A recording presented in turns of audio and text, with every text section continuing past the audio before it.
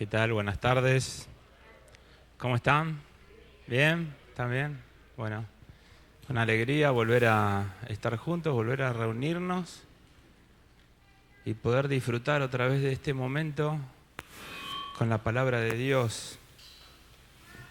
Poder tener este tiempo juntos, mirando su palabra. Para los que vienen por primera vez, estamos viendo el libro de Romanos. Ya lo empezamos hace algunas semanas atrás. La semana pasada terminamos, por fin, con el primer versículo. Terminamos y no lo vimos totalmente, pero bueno, vimos bastante. Terminamos el primer versículo del libro, Romanos 1:1. Y sobre el final del versículo, Pablo nos presentó cuál iba a ser el tema del libro. Menciona y presenta, expone por primera vez, ya en su primer versículo, el tema del libro, el tema central de Romanos. ¿Quién se acuerda cuál era? El Evangelio, muy bien, muy bien. Eso lo vamos a repetir hasta el hartazgo, hasta que nos salga por la oreja, pero así es como se aprende, o por lo menos como aprendo yo, por repetición. El tema central del libro es el Evangelio, y esto también lo vamos a repetir muchas veces. ¿Cuál es el tema central del Evangelio? ¿De qué se trata el Evangelio? Ese clavo todavía no entró del todo, hay que pegarle más martillazos. ¿Qué significa buenas noticias? ¿Y de qué se trata? ¿Cuál es el mensaje, el tema? Muy bien, versículo número 3, Romanos 1:3, dice, el Evangelio de Dios acerca de su Hijo Jesucristo. El tema central del Evangelio, el tema que expone el Evangelio, es Dios, la persona de Dios, la obra de Dios revelada a través de su Hijo encarnado. El tema central es Dios mismo. Habíamos visto también la última vez tres razones por las cuales el Evangelio es de Dios. Vimos que era el Evangelio de Dios por su origen, porque viene de Él, nace en Él. Dios es el que inicia el Evangelio, no es el hombre el que demanda o pide. Adán cuando pecó no fue a pedir a Dios una salvación. ¿Qué hizo Adán? Se escondió, escapó, huyó de Dios. Y el sentido del Evangelio que nace en Dios es que Él es el que inicia la búsqueda. Nace en Él, no nace el Evangelio como una demanda humana, sino como una predisposición de Dios. También vimos que Dios es el autor del Evangelio, por eso es el Evangelio de Dios. Por su origen, porque Él es el autor, significa que Él es el dueño, es el dueño exclusivo del Evangelio, es el dueño del mensaje. ¿Y qué es lo que no podemos hacer si el mensaje no es nuestro? No podemos manipularlo, no lo podemos adulterar. El mensaje es de Él, tiene derecho de autor. Yo no lo puedo manipular a mi conveniencia y manosearlo. Lo tengo que trasladar de la manera en que Él lo dio, pasarlo. Y lo tercero que vimos fue que es el Evangelio de Dios, porque Dios mismo es el fin, es la meta del Evangelio. Pedro escribió que Dios nos salvó para llevarnos a Dios, para tener comunión íntima con Dios. Por eso muchas veces yo dije que el Evangelio es más que ir al cielo o más que salvarse nada más. Es mucho más que eso, porque no solamente me da la salvación y me da la calle de oro, la puerta de perla, todo eso me lo da, pero hay algo infinitamente más importante que todo eso junto, y es que yo tengo a Dios, tengo comunión con Él. Él es mi amado, Él es mío y yo soy de Él. El Evangelio me da a Dios, a tenerla a Él, tener comunión con Él.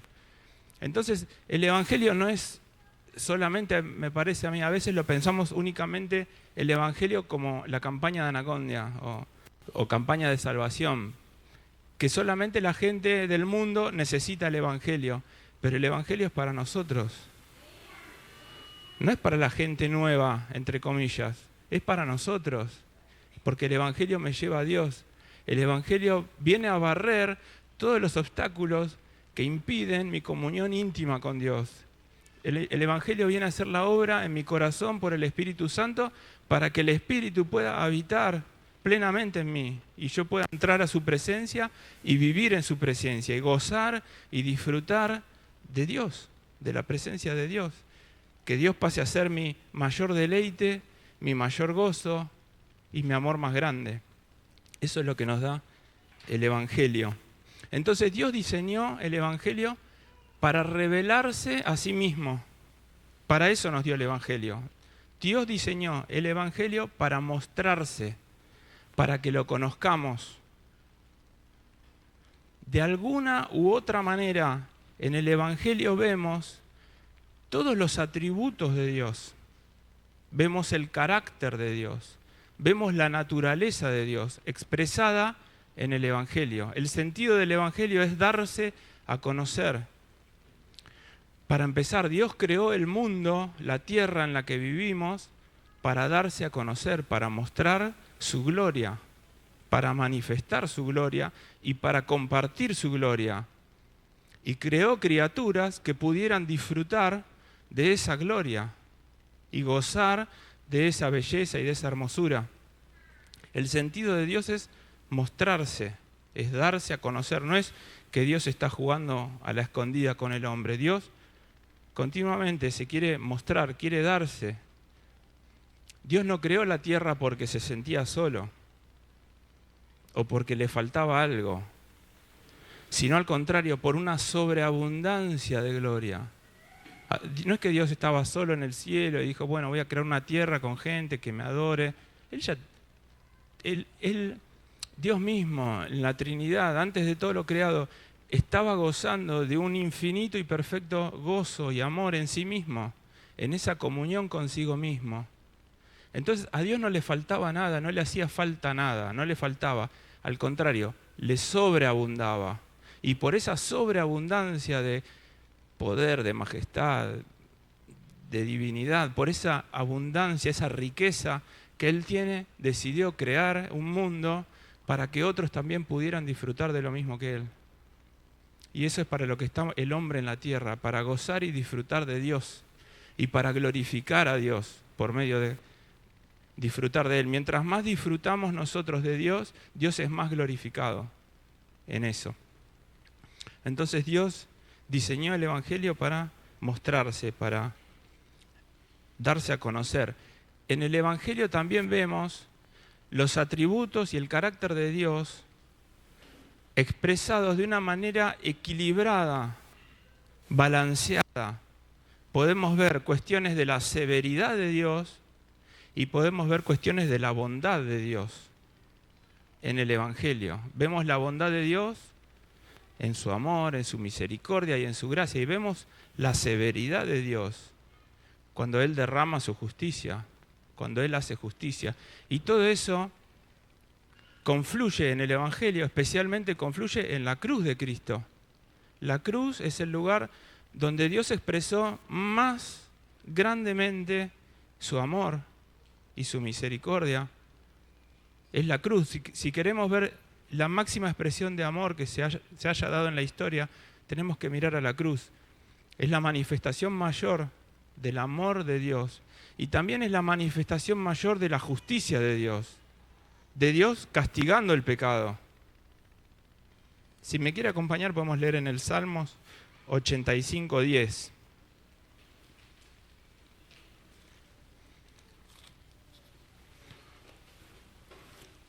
Salmos 85:10.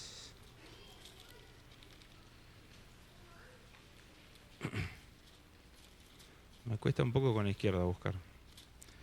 85:10. Dice, ¿lo tiene? 85:10.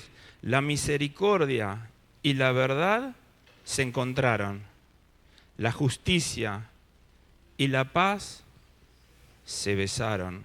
Es en la cruz de Jesús donde vemos la armonía perfecta de los atributos y del carácter de Dios. No son cuestiones contradictorias su bondad y su severidad. No se contradicen. Cuando hablamos de Dios, estamos hablando que fluyen en una armonía perfecta y un balance perfecto. Jesús vino a la tierra a mostrar al Padre, para eso vino. Con esto quiero mostrar cómo el Evangelio, la idea del Evangelio es mostrar a Dios, es mostrarnos a Dios. Jesús vino a mostrarnos al Padre. Vamos a leer dos textos rápidos. Juan 5:30.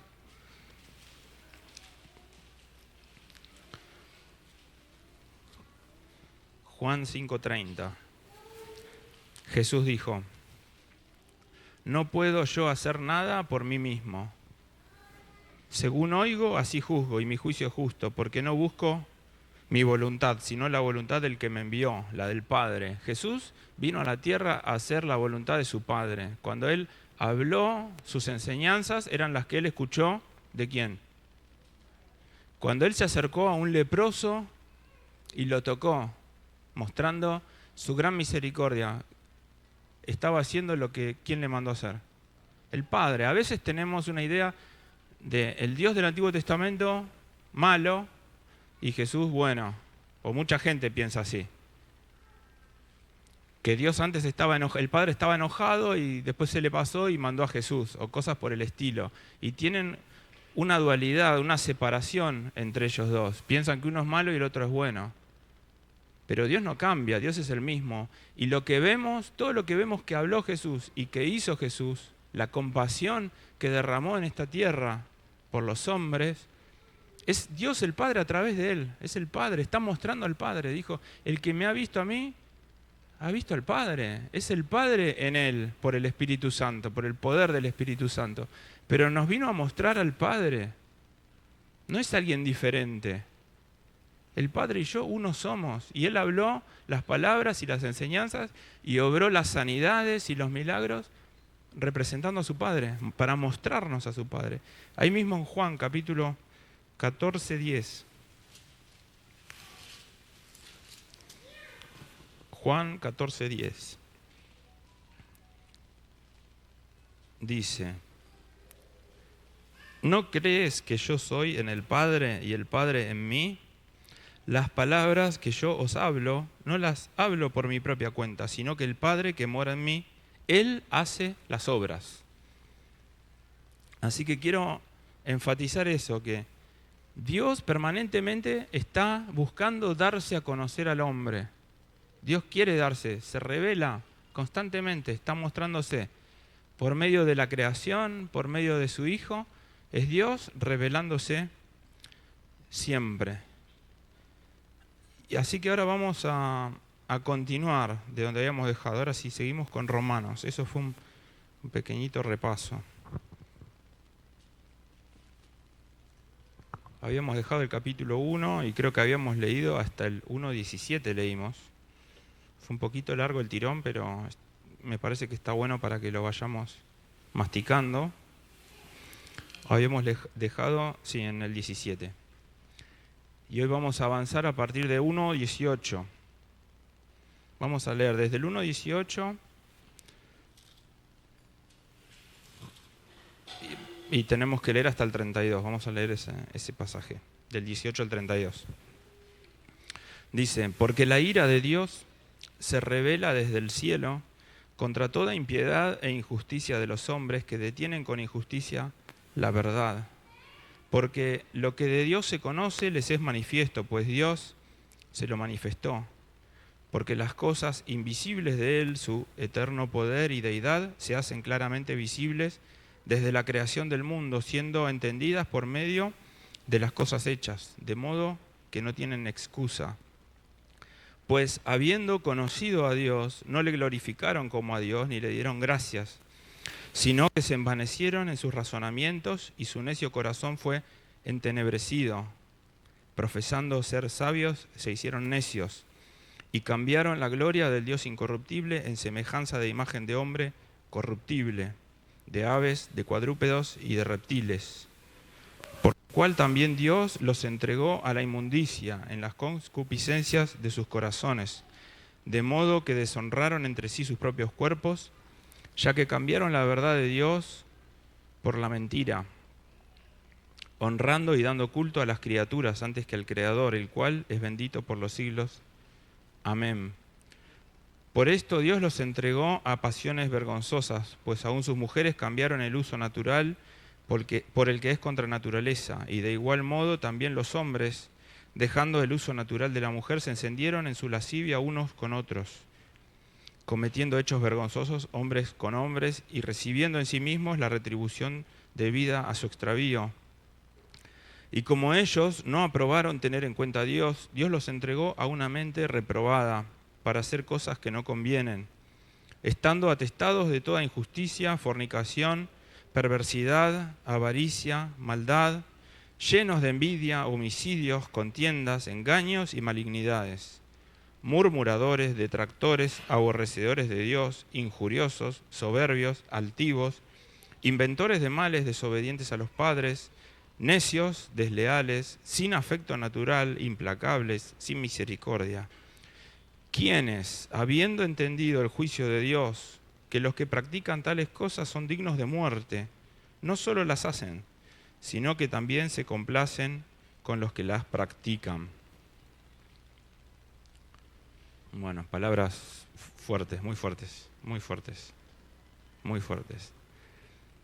Pablo, después de terminar su introducción, que dijimos que es la más larga que hace en cualquiera de sus cartas, va del versículo 1 al 15, su introducción. Versículos 16 y 17 dijimos son los versículos clave, donde él pone toda esa verdad condensada del Evangelio, y en el versículo 18 comienza a explicar el Evangelio. Acá comienza su explicación, en versículo 18. Lo que él va a hacer desde 1.18 hasta 3.20 es exponer el corazón del hombre. Desde el 1.18 hasta el 3.20, él va a comenzar por exponer lo negro de nuestro corazón, de nuestra condición, de la condición humana. Y perfectamente coherente con lo que habíamos dicho al principio, con lo que él dijo. Él dijo el Evangelio de Dios, y siendo perfectamente coherente con eso, que el Evangelio trata de Dios, él para comenzar a exponer de una manera argumentativa, él va a empezar a argumentar el Evangelio, va a empezar a explicarlo, lo va a defender y lo va a terminar aplicando. Pero para comenzar su exposición ordenada y sistemática del Evangelio, él comienza hablando de Dios. Es el Evangelio de Dios y él comienza hablando de Dios. Primero Dios. Primero hablemos de Dios. Dice, porque la ira de Dios empieza en Dios. El Evangelio de Pablo, el Evangelio bíblico, siempre empieza en Dios. El Evangelio no empieza en las necesidades del hombre, en las necesidades temporales, en los deseos del hombre, en los sueños del hombre. El hombre no es el protagonista del Evangelio. El protagonista del Evangelio es Dios. Y Pablo lo entiende así y por eso comienza hablando de Dios primero. Es totalmente coherente con lo que él venía diciendo. Empieza en Dios. Y también me parece coherente, no sé si se recuerda, creo que fue la segunda clase que hablamos del tono que él le había dado a la carta, el color, el matiz, no sé quién se recuerda la palabra que él usó en el primer saludo para dar un tono al Evangelio que iba a predicar. Siervo, muy bien, que significaba esclavo. Nosotros dijimos que con esa palabra Pablo le quería dar un tono y un color al Evangelio, a lo que iba a venir después. Lo que iba a venir después es esto. Comienza acá. Entonces parece que Pablo está muy interesado en que nosotros, si nos vamos a acercar a Dios, vengamos humillados. Nos había dejado ver esa nota musical cuando se presentó como un siervo de Dios, un esclavo. Y ahora cuando por primera vez nos habla del Evangelio, nos empieza a hablar de la ira de Dios. Entonces parece que está diciendo, más vale si te querés acercar a Dios, que vengas de rodillas, que vengas postrado delante de Él. Estamos delante de un Dios muy grande, infinitamente grande y majestuoso y glorioso. No vengas como a cualquier lugar, venís de rodillas, humillado y postrado delante de Él. me parece que quiere que empecemos con el pie derecho. Si no, empezaríamos mal. Si nos acercamos a Dios, más bien que vengamos humillados y postrados delante de su gloria y de su presencia. Es muy importante el concepto que nosotros tengamos de Dios, de la persona de Dios. Un concepto equivocado de Dios, una idea equivocada de Dios, un Dios de acuerdo a mi imaginación, lo que yo pienso de Dios. Para mí Dios es así. No, para mí, escuché, pero de verdad que lo escuché, no lo estoy inventando. Escuché mucha gente decir, Dios no castiga, Dios es bueno, Dios no castiga a nadie, Dios nunca castiga. ¿Es bíblico decir eso? ¿Es preciso decir eso? Es el Dios de mi imaginación, lo que yo pienso de Dios, lo que yo me imagino de Dios. ¿Y sabe cómo se llama eso? Es idolatría. Es formar un Dios de acuerdo a tu imaginación, a tu semejanza. Por eso es muy importante que formemos una idea precisa, concreta, verdadera y bíblica de quién es Dios. Un concepto bajo de Dios destruye todo el Evangelio. Lo desmorona. Si Dios no es justo y Dios no juzga el pecado, la cruz no tiene sentido. Está robando el valor del sacrificio de Cristo. Si Dios no castiga el pecado, Jesús murió para nada. Entonces estamos lidiando con cosas muy importantes y muy serias. Estamos lidiando con la persona de Dios, con el ser de Dios, con su carácter y sus atributos. Entonces es bueno que empecemos por ahí, que empecemos en esa línea. Mientras más conozcamos y mejor conozcamos a Dios, mejor vamos a entender después todas las demás enseñanzas. Porque todas las doctrinas y todas las enseñanzas van en concordancia con su persona, con cómo es Él. No van a diferir de cómo es Él. Entonces, mientras mejor lo conozcamos y mejor formemos nuestro concepto de quién es Dios, mejor vamos a entender y vamos a vivir una vida cristiana muchísimo mejor.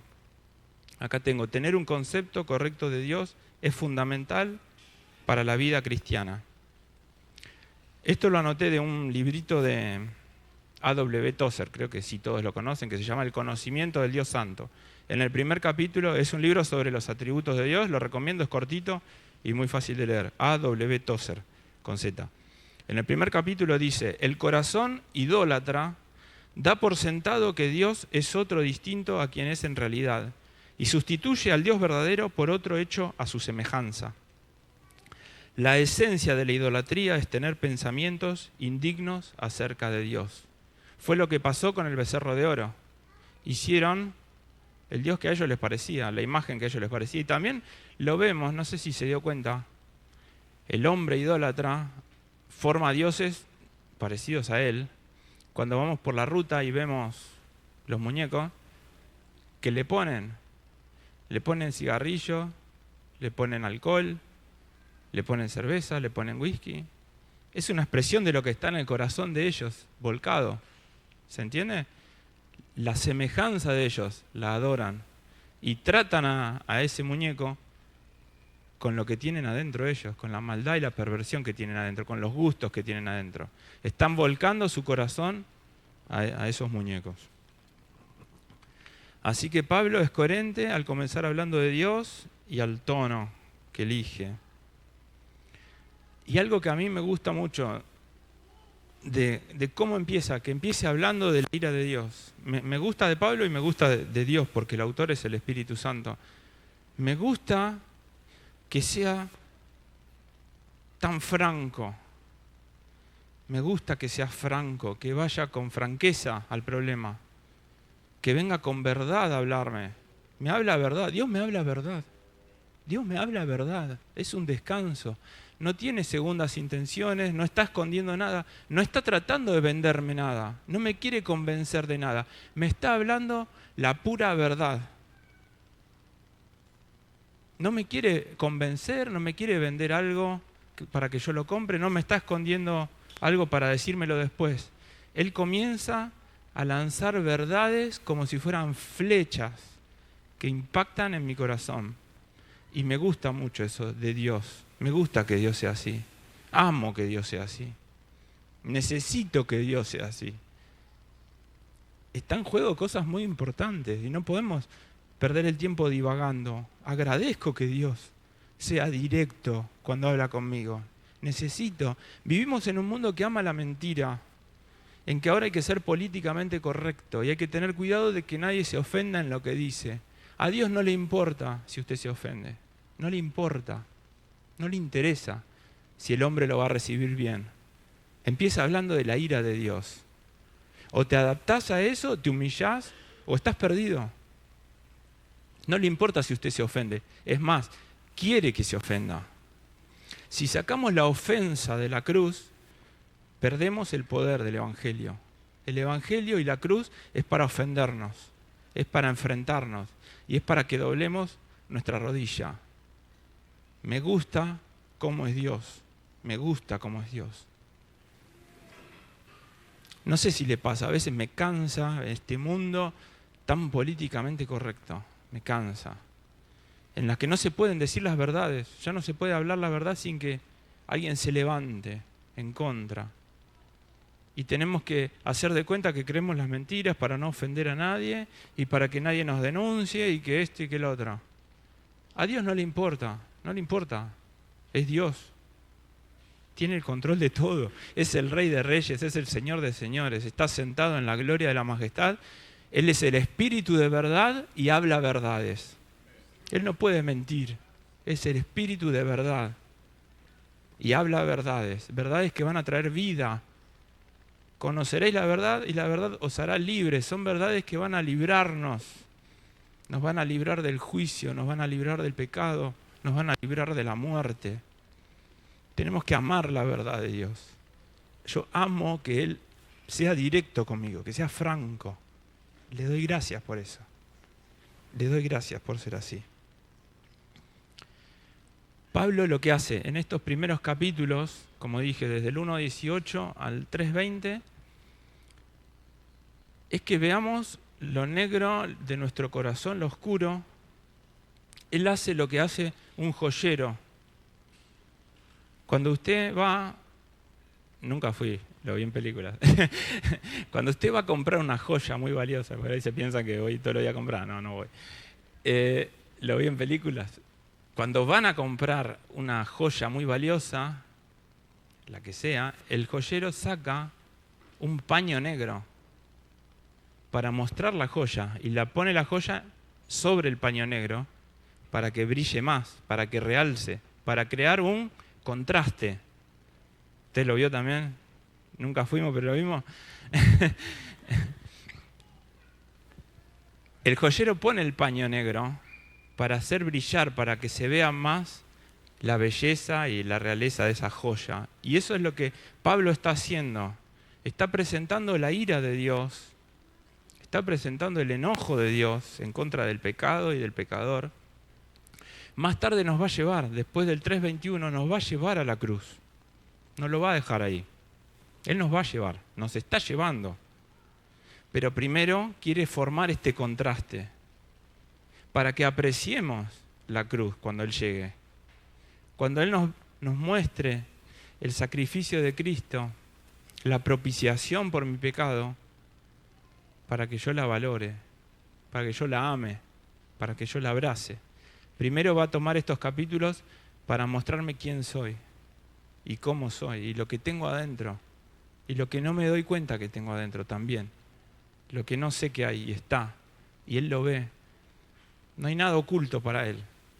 Para Él no hay nada oculto. Él ve mi corazón desnudo y me da este veredicto. Eso es lo que está en mi corazón. Todo eso, todo. Todo está adentro, todo. Y es por ese contraste negro de mi corazón que yo puedo apreciar esa joya bendita de la cruz de Cristo, su salvación. Es porque Él primero me lleva a mis rodillas y me derriba, que yo puedo después ver a mi Salvador. Así que su verdad está para hacernos libres. Y es por causa de toda esta condición que Él ve. Como dije, Él ve nuestro corazón. Esa es una radiografía del corazón humano. Esa es la radiografía de nuestro corazón. Y es por esa condición que Él ve que está obligado a reaccionar con ira. Es por causa de su santidad y es por causa de su justicia que Él debe reaccionar frente al pecado con ira, con enojo. Nos habla del carácter de Dios, nos habla de la santidad de Dios, de la justicia de Dios, de la inmutabilidad de Dios. Dios no cambia, Dios es constante. Dios es constante en contra del pecado. Está enojado todos los días. ¿Se recuerda ese texto? Está enojado todos los días con el impío. Es constante, es una lucha constante de parte de Dios. Y nos muestra su poder y su justicia. Y la muestra cuando Él derrama su ira sobre los injustos que lo rechazan. No pierda de vista que todo esto es para mostrar a Dios. Es para revelar a Dios, no pierda nunca eso. Y Dios, para revelar su justicia y su santidad, derrama su ira en juicio para los que no lo reciben. Es Dios mostrándose. Es su severidad, es parte de su gloria. No podemos sacar cosas de Dios. No podemos alterar la identidad de quién es Dios. Tenemos que postrarnos, como dije ya. La enseñanza de la ira de Dios no es una pequeñita doctrina secundaria en el Evangelio. La enseñanza de la ira de Dios es fundamental, es principal. Porque si la ira de Dios no se satisface, no tenemos ninguna salvación posible. Entonces no es una cosita pequeñita por ahí la ira de Dios. Es fundamental y es principal. Si su ira no se satisface, si no se satisfizo en la cruz de Cristo, yo no tengo salvación. Dependo de esa satisfacción o estoy perdido. Entonces es una doctrina esencial para el Evangelio. Dios no se satisface con nada de lo que nosotros hagamos. Dios no se satisface con nuestras buenas obras. No tienen valor. Él la ve como, en Isaías dice, las ve como trapos inmundos nuestra justicia. Trapos malolientes, porque salen de unos corazones como los que Él acaba de describir. Lo mejor que yo pueda hacer con ese corazón es inmundo para Dios. Dios no se satisface con mi buena obra, mi buena intención. La mayoría de los hombres trata de equilibrar alguna balanza. Bueno, hice algo malo, voy a tratar de ayudar a alguien para equilibrar. No tiene ningún valor. La ira de Dios no se satisface de esa manera. Ni siquiera se satisface con nuestra muerte. Vamos a verlo esto en Ezequiel, capítulo 33, 11.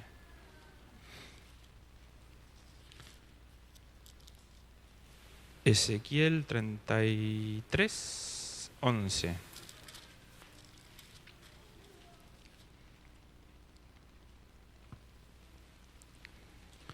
Dice: diles, vivo yo, dice Jehová el Señor, que no quiero la muerte del impío.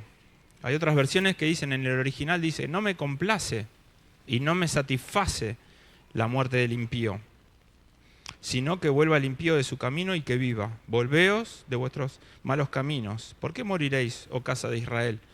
Dios no se satisface ni siquiera con nuestra muerte. Y es por eso que el infierno es eterno. El infierno es eterno porque Dios nunca se satisface con mi muerte. Nunca alcanzo a satisfacer su ira. Por eso dura para siempre. Dios nunca queda satisfecho. En cambio dijo de su Hijo, este es mi Hijo amado, en quien tengo complacencia. El Padre sí se satisface con la vida de su único Hijo, con ese Cordero de Dios, el Cordero de Dios que quita el pecado del mundo. El Cordero de Dios satisface verdaderamente la ira de Dios. La ira que era para todos nosotros, la descargó sobre su Hijo y quedó satisfecho. Porque Jesús es infinitamente más valioso que nosotros. Y Dios sí se satisface en su Hijo. Entonces, la ira de Dios es la acción directa de Dios en juicio. Es la acción directa de Dios en juicio. Es cuando Dios ejecuta su justicia. Cuando Dios acciona para juzgar a un pecador. No es una causa-consecuencia, como puede ser, por ejemplo, un fumador que se va a enfermar los pulmones. Eso es causa-consecuencia. O un jugador, apostador que vive en la pobreza, o un perezoso que vive en la pobreza, es causa-consecuencia. La ira de Dios no es eso. La ira de Dios es Dios actuando directamente. Es la acción directa de Dios. Es el desagrado y la indignación de Dios contra el pecado. Es Dios reaccionando al pecado. Es el enojo de Dios manifestado contra todo lo que contradiga su rectitud. Y no contradice el ser de Dios, el amor de Dios, no lo contradice. Porque siendo Dios amor, necesariamente tiene que reaccionar en contra de lo que altera su creación, de lo que daña su creación. El pecado arruina y daña a las criaturas y la creación. Y es por causa de que Dios es amor que Dios tiene que reaccionar contra eso. Yo amo mucho a mi familia. Si usted lo toca, va a ver cómo lo amo. El amor reacciona. Si usted quiere ver eso, cuánto amo a mi familia, toque uno de mis hijos. Y creo que es así para cualquiera, ¿no? Es el amor reaccionando, es el amor en acción. No es contradictorio con el amor. Concuerda perfectamente la ira de Dios con su amor. Y volvemos ahora, por favor, al texto de Romanos, ahí al capítulo 1. Vamos a ver una cosita más.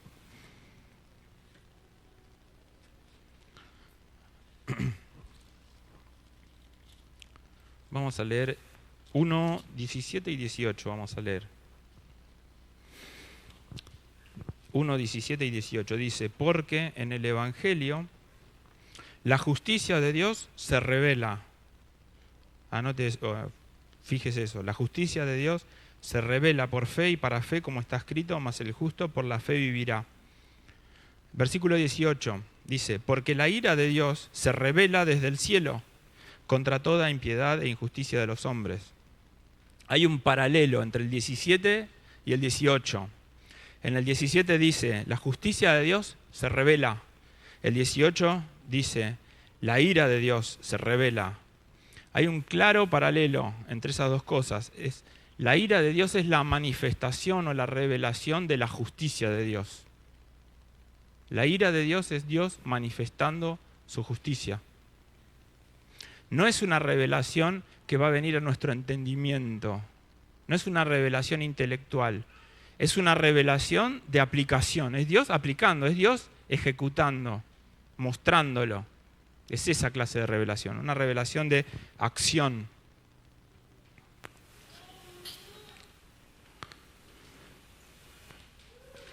Y algo importante que vamos a ver es que la ira de Dios no es como la ira del hombre.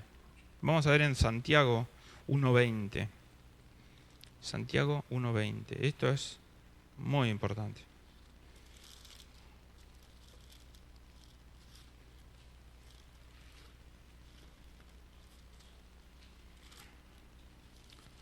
Santiago 1:20. Dice claramente, 1:20, porque la ira del hombre no obra la justicia de Dios. La ira del hombre no obra la justicia de Dios. Es una ira diferente, no es la misma. La ira de Dios no es una ira que es caprichosa. La ira de Dios no se altera por el temperamento, por un cambio repentino de temperamento. No es una ira impulsiva. No es una ira que está fuera de control. Es una ira que está en el dominio propio de Dios. Es una ira que siempre es justa. No se excede. Siempre es justa. Siempre que Él derrama su ira, lo hace con justicia y en su balance perfecto. No es una ira impulsiva. Siempre es una ira correcta. Siempre tiene sentido. Siempre tiene una razón. Dios nunca se levanta en ira sin razón. Nosotros los hombres, cuando pensamos la ira humana, por lo menos yo, es impulsiva. Me lleva siempre a vergüenza. El resultado siempre es vergüenza para mí. Siempre termino avergonzado de lo que dice, siempre. No falla. Es vergüenza. La ira de Dios trae gloria a Dios. Es para gloria de Dios, es para alabanza de Dios. Es para que lo alabemos y lo bendigamos. Es para engrandecerse, porque Él está mostrando su justicia y su santidad. Está mostrando su compromiso con la rectitud. Está ejecutando sus juicios. Sus juicios son para alabarlo. Vamos a leer en el Salmo 7:11.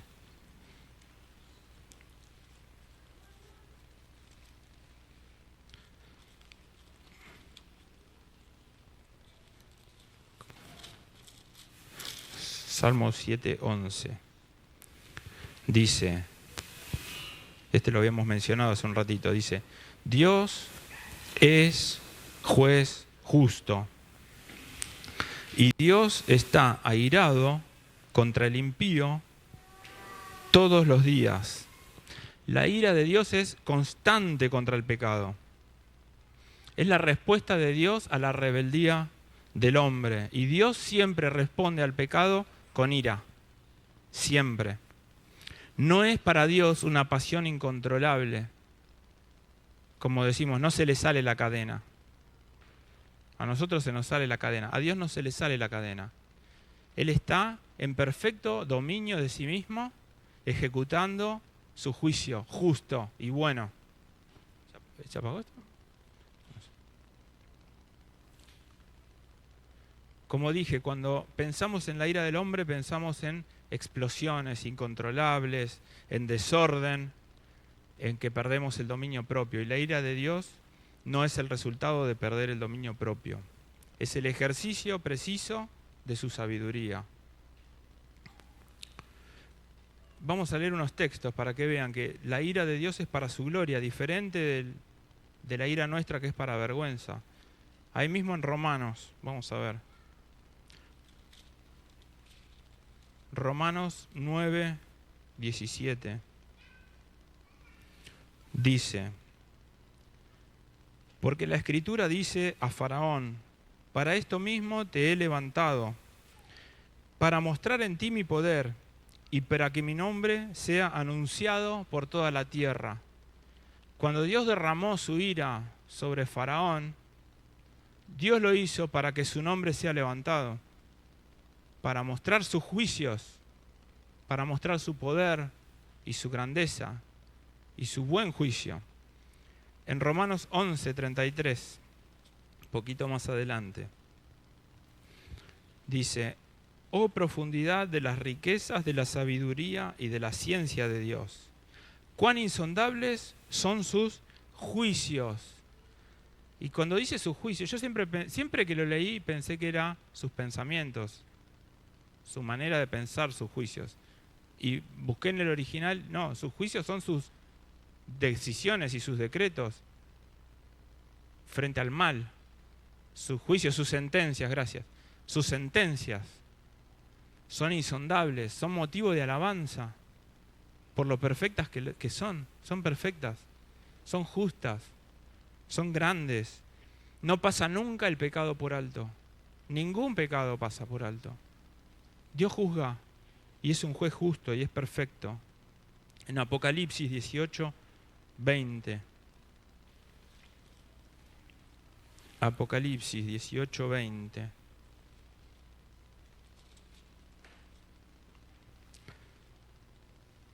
dice: alégrate sobre ella, cielo, y vosotros santos, apóstoles y profetas, porque Dios ha hecho justicia en ella. Cuando Dios derrama su justicia y su ira, es motivo de alabanza para los suyos. Es para que lo bendigamos y lo alabemos, es motivo de alabanza. Y si yo no puedo alabar a Dios por su ira, dice mucho del entendimiento que tengo de Dios. Repito, si yo no puedo alabar a Dios por su ira, dice mucho del entendimiento que tengo de Él, porque es motivo de alabanza. No es una mancha en el carácter de Dios, es Dios ejecutando sus juicios.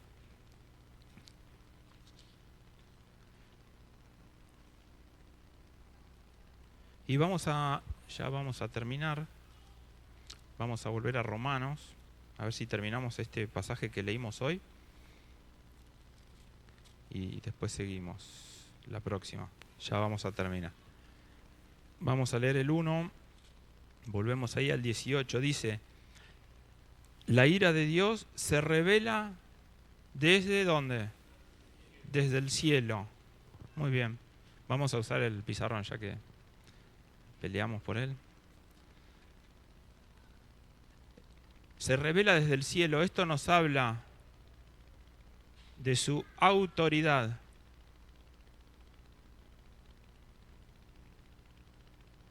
La ira de Dios se revela desde el cielo.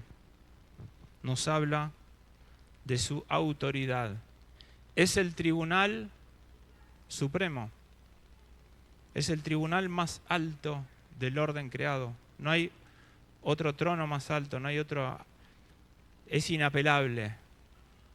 Acá en la tierra, si nos juzgan un juez, después podemos apelar en otra instancia con otro juez superior, no sé cuántos habrán, hasta llegar hasta la de arriba de todo, la Suprema Corte de Justicia.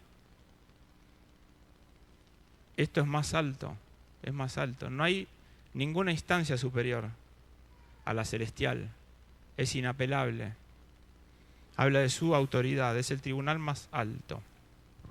Es del cielo también por su origen. La ira de Dios desde el cielo por su autoridad, por su origen. Significa que está fuera del control del hombre. El hombre no puede hacer nada para detener esta ira. Está fuera de nuestra esfera. Viene del cielo. El hombre no puede frenar la ira de Dios. Puede intentar negarla, puede no creerla, puede luchar, patalear, todo lo que usted quiera, pero no la va a poder frenar.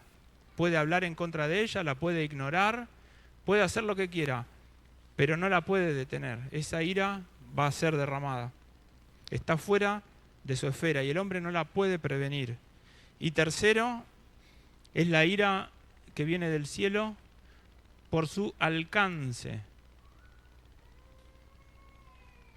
El alcance que tiene. Es un alcance universal, que no pasa por alto ningún pecado. Donde existe el pecado, existe la ira de Dios en su contra. Lo abarca todo y lo ve todo. Entonces, si este es el panorama que tenemos de la ira de Dios, en su autoridad, en su origen, en su alcance, la ira viene del cielo, el remedio que necesitamos para la ira tiene que venir del cielo. El remedio que necesitamos para la ira de Dios tiene necesariamente que venir desde el cielo también. Tiene que ser igual en autoridad, tiene que venir del mismo ámbito, tiene que tener el mismo origen y tiene que tener el mismo alcance, un alcance universal. El Evangelio es universal, alcanza a todos los hombres, sin distinción de raza. Tiene un alcance universal. La oferta del Evangelio es una oferta universal, es para todos. Y el remedio que necesitamos es el sacrificio del Señor Jesús que vino del cielo. Es el único remedio posible para esta ira que está como una espada pendiente sobre la cabeza de los incrédulos. Y que ningún hombre la va a poder detener.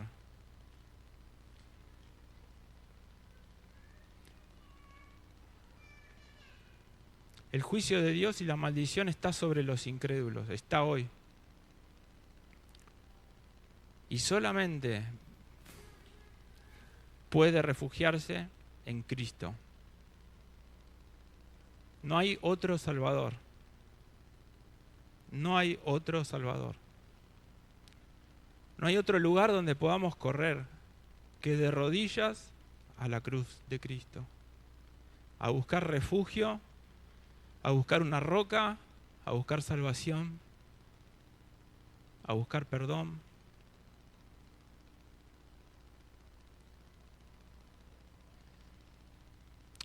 Señor, te damos gracias esta tarde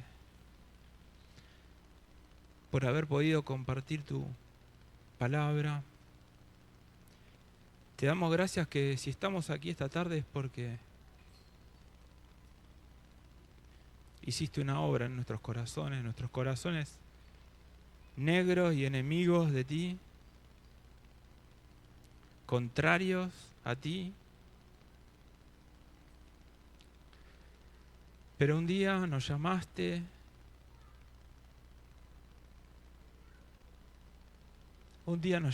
Señor, gracias. Te doy gracias, Dios, gracias. Gracias. Porque la ira que era para mí, la derramaste sobre tu Hijo amado.